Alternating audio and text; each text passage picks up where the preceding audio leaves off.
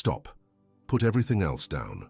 What you are about to hear is going to describe something you thought only you knew, a place inside you with no public name, a person whose name you stopped speaking aloud, and a love you buried because carrying it openly was starting to cost you too much. When you recognize what I am describing, that recognition itself is your confirmation. This word was prepared for you. You stopped saying their name out loud a long time ago. Not because you stopped loving them, but because loving them started to feel like a confession you could not afford to make. You tried to reroute. You gave yourself real permission to move forward. You prayed and asked God to either confirm the love or remove it completely, and something in you never fully complied. You have been carrying the weight of that non-compliance like evidence of something wrong with you for a very long time. The people closest to you gave you their best counsel. They told you to move on, that real faith releases, that holding on was emotional immaturity, or a refusal to trust God's redirection. They were not wrong to love you, but something in your spirit did not agree with their conclusion. And that internal disagreement has been quietly condemning you, making you feel that your faithfulness was actually dysfunction, that the love you could not set down was proof of something broken in you. Here is what neither they nor you knew. Your inability to fully release that person was not a flaw in your faith, it was a function. You were not stuck. You were stationed. And there is a difference between those two things that completely rewrites the meaning of everything you went through in that silence. Let me plant something here, and I will return to it. Imagine a legal document, a binding agreement, that carries two signatures at the bottom. One belongs to you, one belongs to someone else. You signed it. You may not remember doing so, and you certainly did not read every clause. But the contract is in effect. It is being executed right now. The beneficiary of that agreement is being returned to its terms. That image is not yet complete. Stay with it. What I have come to tell you today is not a word of consolation. It is not designed to make the waiting more bearable. It is a dispatch, a report from what is already happening in the realm that governs what you see in the natural. The separation you lived through was not what it appeared to be. You were functioning in an assignment you were never formally briefed on. That changes today. The grief you carried, the silence, the inexplicable nearness at random hours, the prayers you prayed for someone who never asked for them, the compassion you sustained even after being hurt, none of it was passive residue. Every piece of it was doing something. Every piece of it was operative in the life of the person you could not stop loving. And today I am going to tell you exactly what it was doing, and for whom, and why. The return is not a future possibility you are waiting to earn. It is a present spiritual reality that has already been set in motion. What you did during the separation, without knowing you were doing it, without a title, without a briefing, already altered the trajectory of another person's life. And that person is being returned to the terms of a covenant that was written before either of you drew your first breath. If this is already landing in your spirit, if you stopped scrolling because something in you recognized what I am describing before I even finished describing it, type "I am here" in the comments right now. Not as interaction, as a declaration, as a covenant acknowledgement that you showed up for something prepared specifically for you. That act of showing up is itself a form of receiving what has already been assigned to you. I have something precise to deliver today, not a general word of encouragement. A surgical word about who you became during the separation, what ancient office you were occupying without a name for it, and why the one you love is not approaching from a distance, but has already been released in the spiritual to find their way back to you. The details are specific. Stay with me through every one of them. I have not yet told you the most important thing. The most important thing is the name of what you have been doing throughout this entire season. And once you hear it, once you understand the office you have been holding, you will never again call this love something you need to recover from. Before I name what is written about you, I need you to do one thing. Put your hand on your chest, exactly where the weight of this person has lived longer than you want to admit. Close your eyes if you are able. What you are about to recognize is not new information. It is the interpretation of something you have been carrying without anyone ever giving you the vocabulary to name it. That changes in the next few minutes.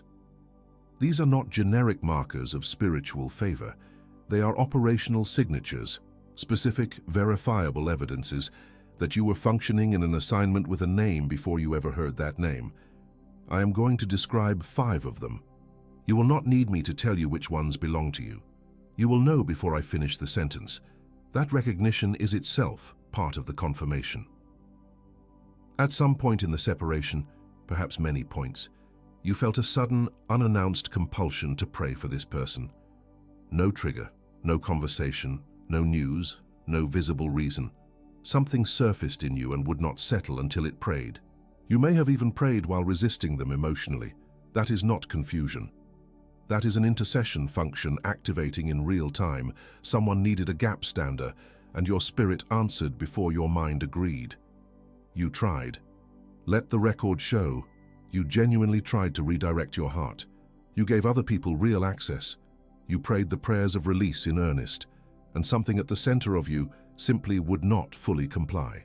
Every person you allowed close somehow made the original love more visible, not less. The inability to transfer was not a failure of your will. It was the covenant holding its position against every attempt to dissolve it. There were moments, unpredictable, unsummoned, when you felt their presence so acutely it disturbed you. Not obsession, something quieter. In dreams that stayed past morning. In a specific hour when your thoughts moved toward them without permission. In a sudden knowing that they were not well. You dismissed it as longing. It was not longing. It was a spiritual proximity. That physical distance was never designed to sever, because the covenant predates the separation. Even after being hurt, and some of you were genuinely wounded, not softly disappointed but cut, you could not bring yourself to close in bitterness. You processed the pain, but underneath the grief, a current of compassion ran that you could not dam up. You found yourself hoping they were well. You could not speak about them the way someone speaks about a person they are truly finished with. That sustained compassion was not your weakness. It was your function. Recently, and I need you to mark this one carefully, something has shifted in you. A restlessness that feels different from grief. An impulse to organize things left in disarray, to clear spaces, to finish what you left unfinished. A sense that something is approaching that you cannot name, but are instinctively making room for. That is not anxiety. That is your spirit responding to movement already in progress in the realm you cannot yet see with your eyes. What I'm about to reveal will recontextualize every one of these 5 things. Not one of them was random. Not one was pathology. They were all functions of a single office you have been occupying for the duration of this separation. An office so ancient and specific that it has a name, a legal framework, and a scriptural genealogy that runs through one of the most unexpected love stories in the entire Old Testament. This word did not arrive to you accidentally. The fact that you are still here, still receiving, is itself a marker that the timing of this delivery is precise.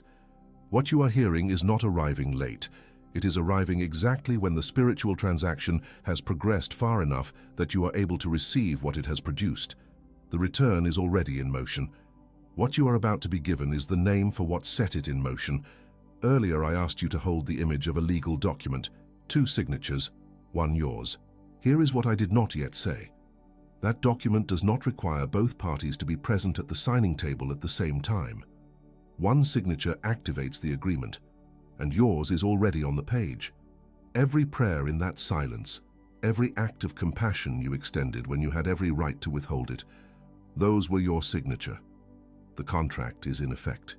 If these 5 signs belong to you, if even 3 of them describe something you have lived privately, type Goel in the comments right now. You do not need to know what it means yet. You will by the time this is over. But something in you already knows the word belongs to you.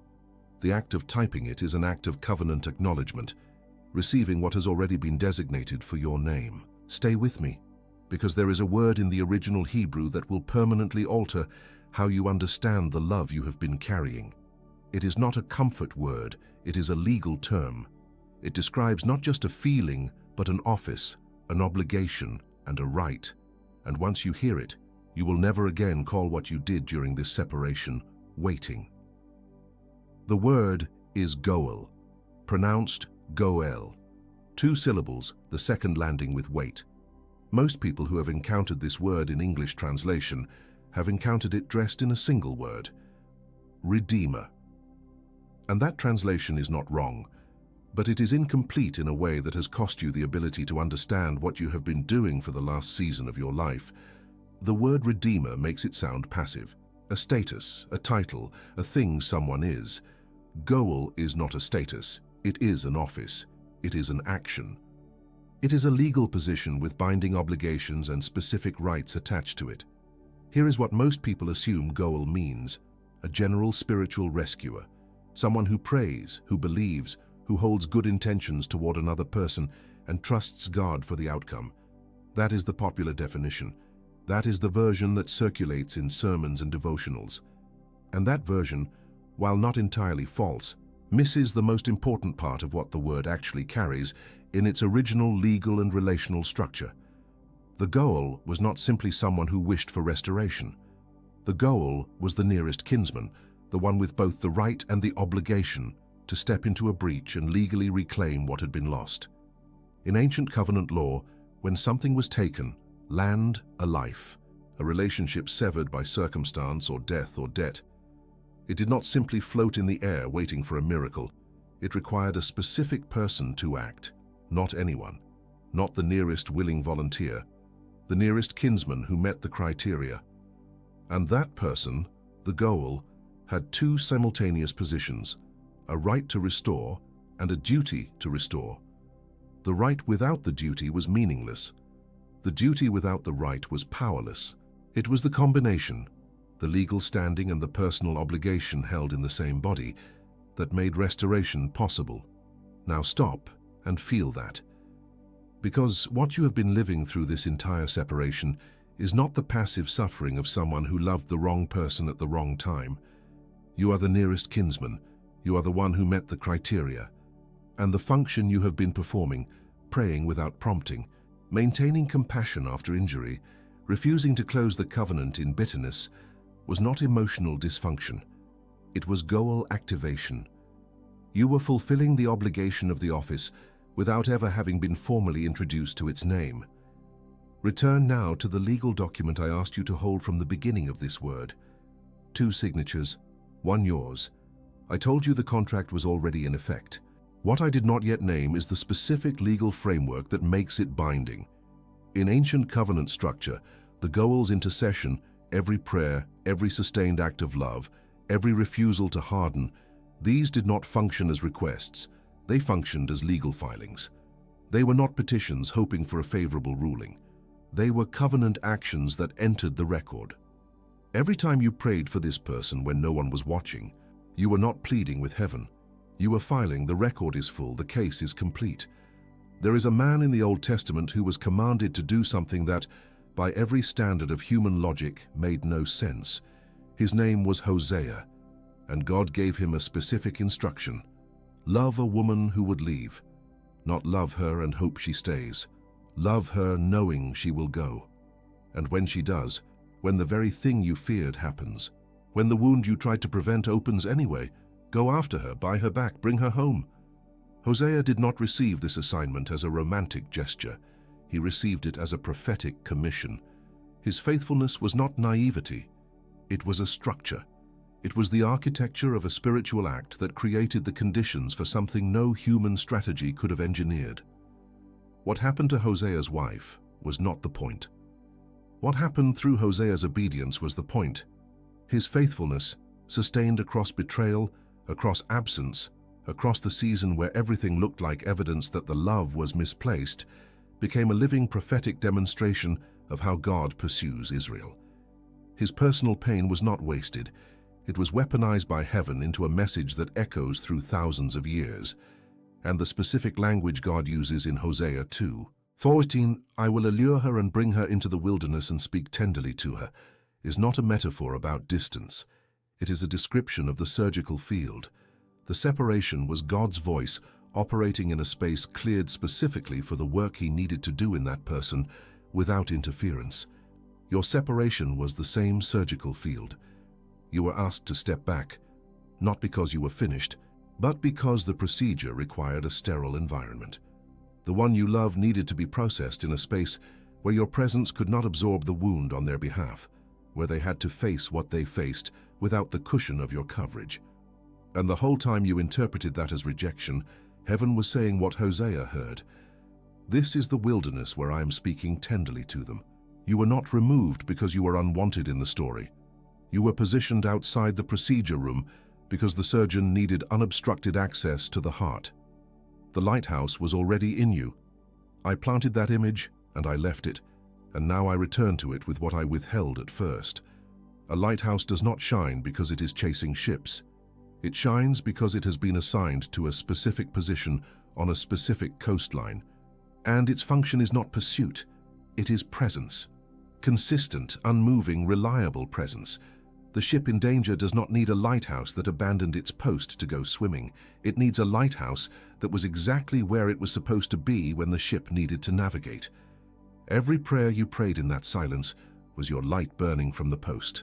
The person you love has been navigating by a signal they could not fully explain, a pull they could not name, a sense of something unfinished that no distance has been able to dissolve, because the goal does not wait. This is the reframe that must settle permanently in your understanding. You were not waiting. Every person who told you to be patient was operating from an incomplete framework. Patience is what you practice when there is nothing to do.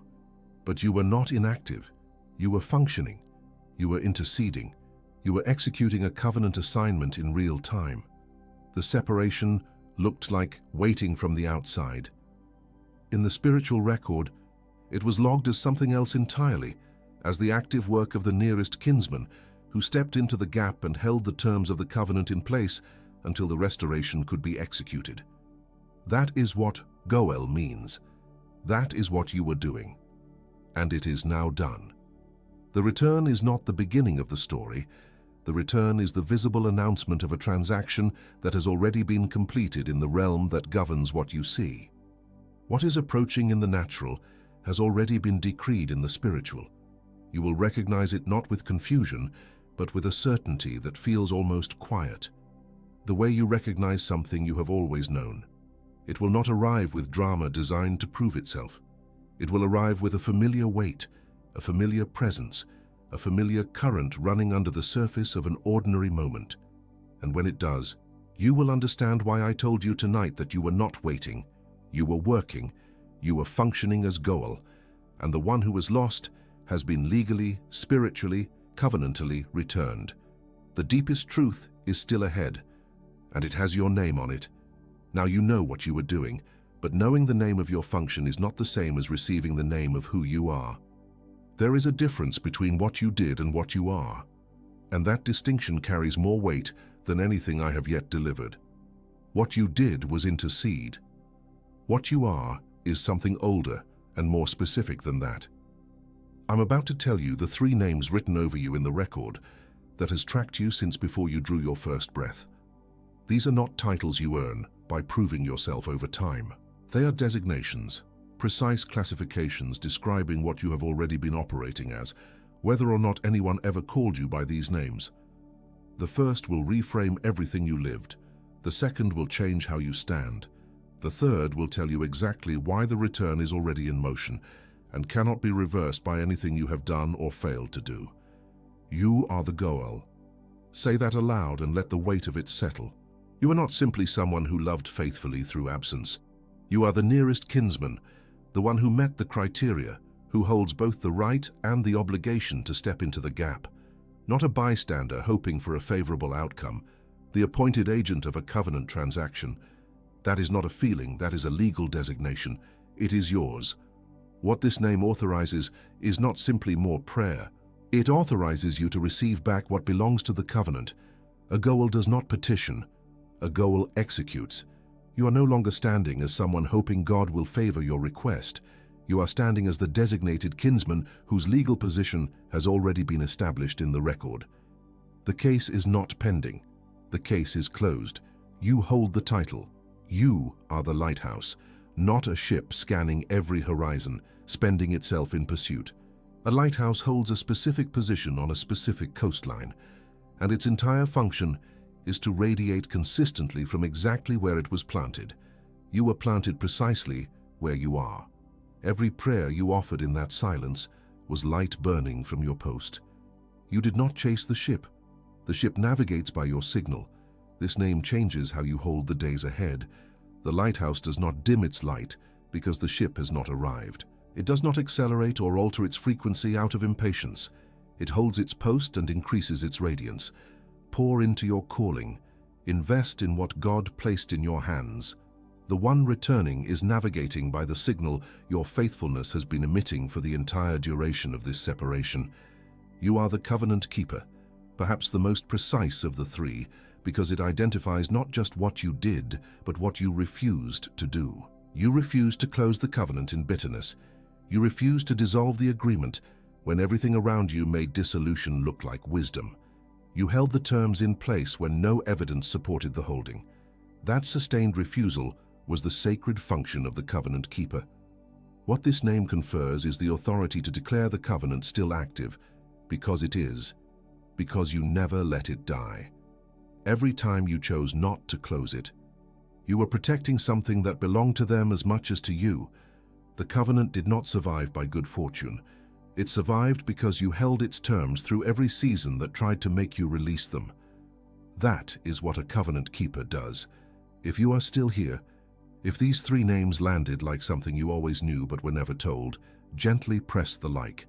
Not for me, not for this moment. Press it because someone else is carrying this same love in silence right now, and they need to find it.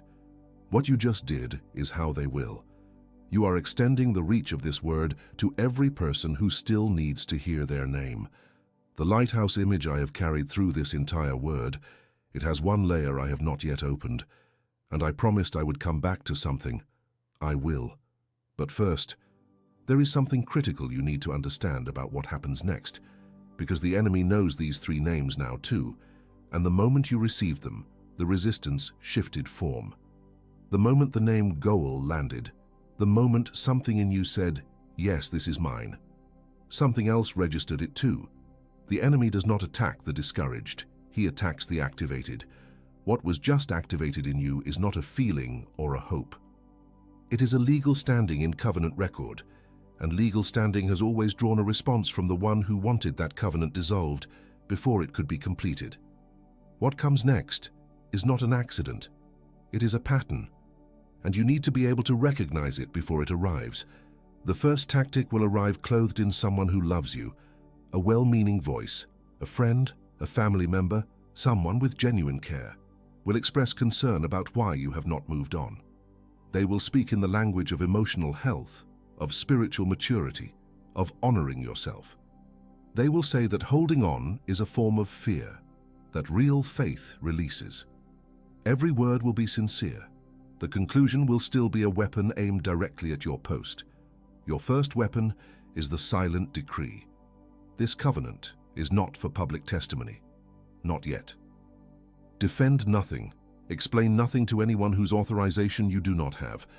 When the voice of social shame arrives, receive the love behind it and release the conclusion. Then go somewhere private and declare aloud, this covenant is still active. I hold my post. I will not abandon the assignment because someone cannot see it from where they are standing. The second tactic will feel like provision. In this exact window, after receiving this word while your posture is open and expectant, someone will appear. Real, warm, attentive, available where you have experienced absence. Their arrival will feel timed, almost miraculous. Nothing about them will seem like a counterfeit. That is precisely why it is one. The enemy has no new strategies, only precision in timing. He will offer you something real at exactly the wrong moment. Your second weapon is the 3-day silence. Before any new relational decision, before granting new access you cannot easily reverse, enter 3 days of prayer, not passive, active listening stillness. What is from God will survive 72 hours without requiring urgency. If the pressure to decide intensifies inside those 3 days, that pressure itself is your answer. Covenant timing does not panic. Anything that demands a decision before clarity arrives is not from God. The third tactic is the most dangerous, because it will feel like faith. Having received this word, you will feel the impulse to act, to send a message, to arrange an encounter, to force contact. Your mind will dress this urgency in spiritual language: boldness, stepping into the promise, claiming what is already yours. It is not boldness. It is anxiety wearing apostolic clothing, and it has disrupted more covenant completions than any other weapon the enemy carries. Your third weapon is lighthouse posture. A lighthouse does not leave its post to find the ship. It holds position and increases its radiance. Pour into your calling, your health, your purpose, everything God placed in your hands right now. Do not initiate. Do not engineer. Let the signal do what it has been doing through the entire duration of this separation. The ship is already navigating. It does not need you to swim out and redirect it. It needs the lighthouse exactly where it stands. We break the voice of social shame that names covenant faithfulness a spiritual problem and calls the endurance of the goal something to recover from. We break the counterfeit offer arriving dressed as provision, timed precisely to produce a decision before the return can complete. We break the anxious acceleration that clothes itself as active faith and moves toward what has already been ordained to find you. If what has been delivered here is landing, if these three tactics are already recognizable, if your spirit is saying, "This is exactly the season I am in," subscribe to this channel, not for content, so that the next word prepared for where you are going finds you without resistance or delay. What came today was not random. What comes next will be equally precise. Stay positioned to receive it when it arrives. You now know the tactics. You carry the weapons, you hold the post. But there is still something this word owes you.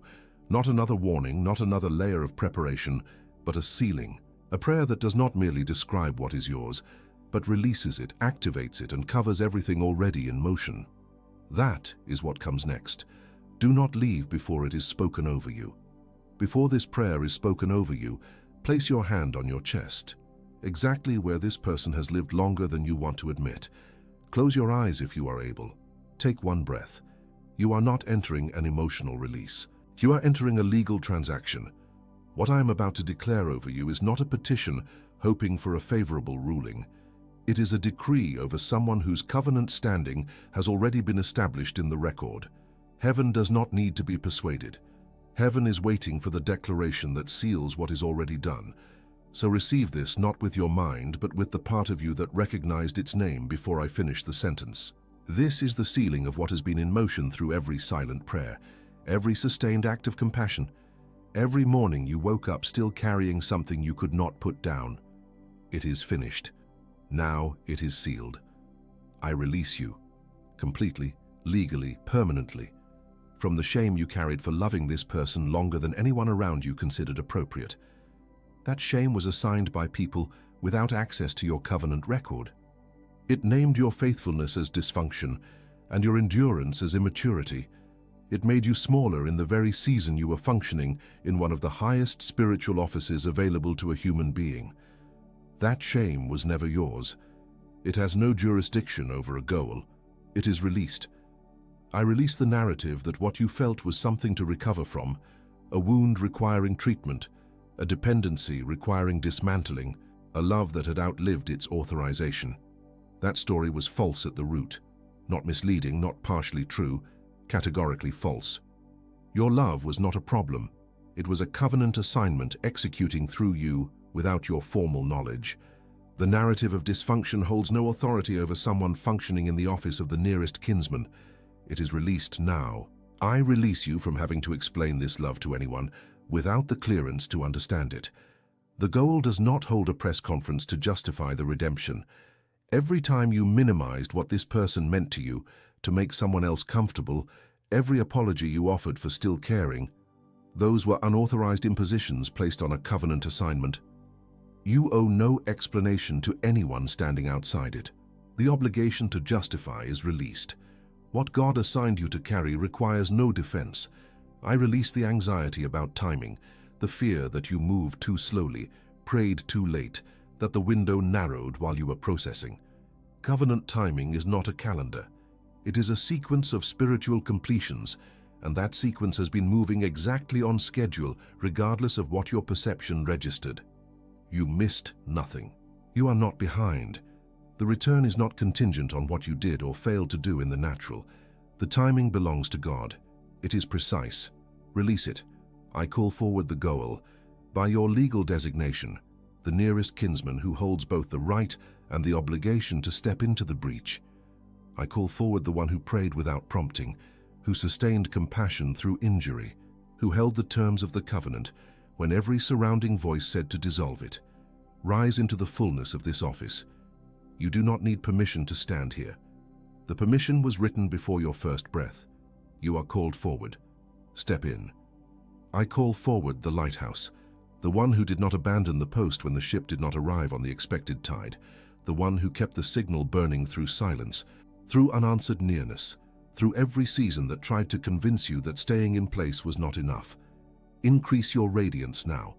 Pour into your calling and your purpose, everything God placed in your hands. The ship is already navigating by your light. Hold your position. This is exactly where you are supposed to be. I call forward the covenant keeper.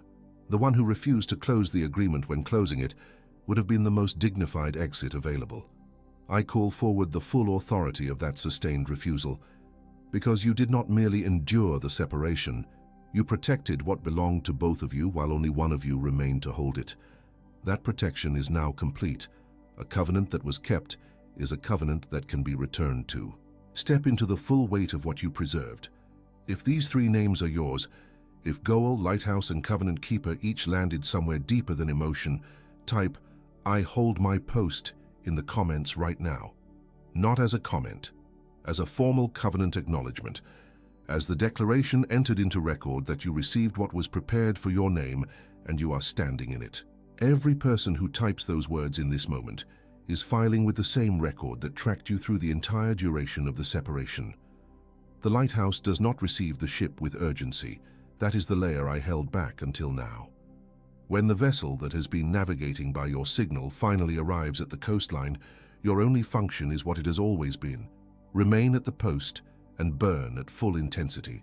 You do not wade out to pull it the remaining distance. The navigation that held across every mile of open water does not collapse in the final approach. Hold your post. What is coming already knows how to find you. Do not say, "Amen," yet. We are not finished. Stay with me. I place a hedge of protection around your heart in this season.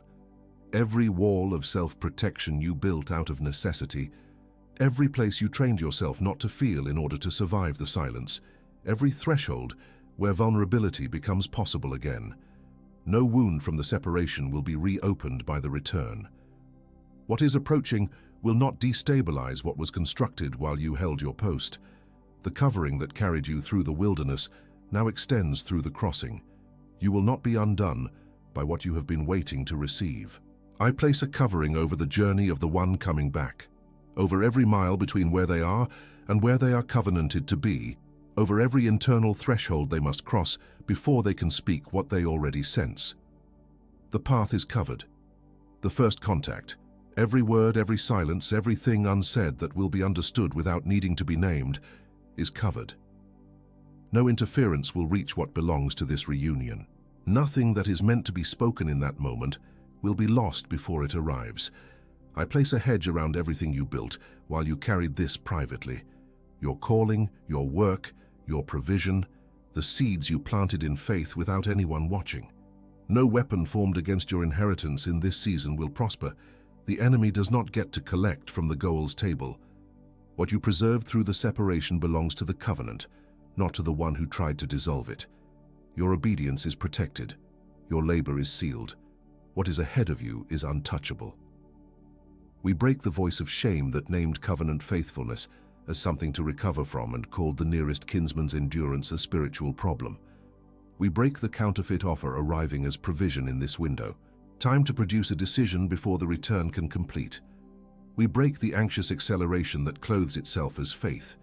It will not move you from your post. I see you. I have always seen you. I saw you in the moments you stopped saying the name, not because the love went quiet, but because the weight of loving openly had become something you could no longer ask others to witness, without it costing you more than you had. I heard every prayer you offered in that silence with no audience but me. I counted every morning you rose already carrying it. You were never invisible to me in the carrying. I saw the weight. I placed it in you because I knew you were the one who would not set it down. I know what they told you. The counsel came from real people with real love who said that faith releases, that maturity moves forward, that the love you could not dissolve was evidence of a broken posture. I authorized their love for you. I did not authorize their conclusion. What they could not see from where they stood was the assignment already written over your name before you met that person, before the silence began, before any of the grief you carried in private. They were not wrong to love you. They were reading from an incomplete record. I hold the full record. It does not say what they said. I know the names you gave yourself in the silence. You called the love dysfunction. You called your inability to transfer emotional immaturity. And every time something in you quietly refused to agree with that verdict, you called the refusal proof of how broken you were. It was not proof of brokenness. It was proof of accuracy. Your spirit would not sign a false document. That refusal was not rebellion against healing. It was precision. The covenant holding its position against a diagnosis that did not belong to it. I placed that love in you, not as a test of your willingness to release, not as a refining trial designed to grow your capacity to surrender. I placed it as a function, the only instrument that could do from your position what needed to be done in that person's life during the time they could not ask for it and would not have received it from anyone else. What you carried was not a weight I wanted dismantled. It was an assignment I needed executed. You executed it, without a briefing, without a title, without anyone confirming that what you were doing was real. You held it anyway. It did what I sent it to do. What is returning to you is not a reward for the endurance. I do not operate in reward economies. What is returning is the completion of what was covenanted before either of you drew your first breath. This was written before the grief, before the separation, before the silence, before the prayers with no answers that felt like answers. The covenant does not dissolve with distance. It does not expire with silence. It executes on my timeline, in the fullness of a sequence I set in motion, before either of you had the language to describe what you felt. What is returning has been in motion since before you knew what you were holding. You will receive it now as someone who knows exactly what it is. You are committed, you are commissioned, you are sent. Say it again, and let the weight of each word settle where it belongs. You are committed, you are commissioned, you are sent. One final time, not as repetition but as declaration, as covenant acknowledgement, as the formal closing of every chapter that tried to end this story before it was finished. You are committed, you are commissioned, you are sent. Do not say amen yet. Sit in this. Let what was spoken here move from your mind down into the part of you that carried this in silence for so long. That part of you has been waiting not for the return, but for the moment someone finally told it the truth about what it was doing. That moment is now. Sit in it. Now, you may say amen. Send this to the person you know who stopped saying a name in public because they were afraid of what still loving someone said about them. You know exactly who I am describing. Not a category, a specific face, a specific silence you have watched from close enough to recognize the weight of it. They do not need encouragement to move on. They need someone to tell them what they have actually been doing. You have that word now. Give it to them. What was spoken over you today does not require you to do anything with it immediately. The goal does not leave the post in urgency. Hold what you received. Let it settle. Let the covering stand. Let the return move toward you the way it has always been moving. Not because you accelerated it, but because you were exactly where you were supposed to be, burning at full intensity, holding your post, faithful to an assignment you were never formally briefed on. The ship already knows the coastline. Go back to your light.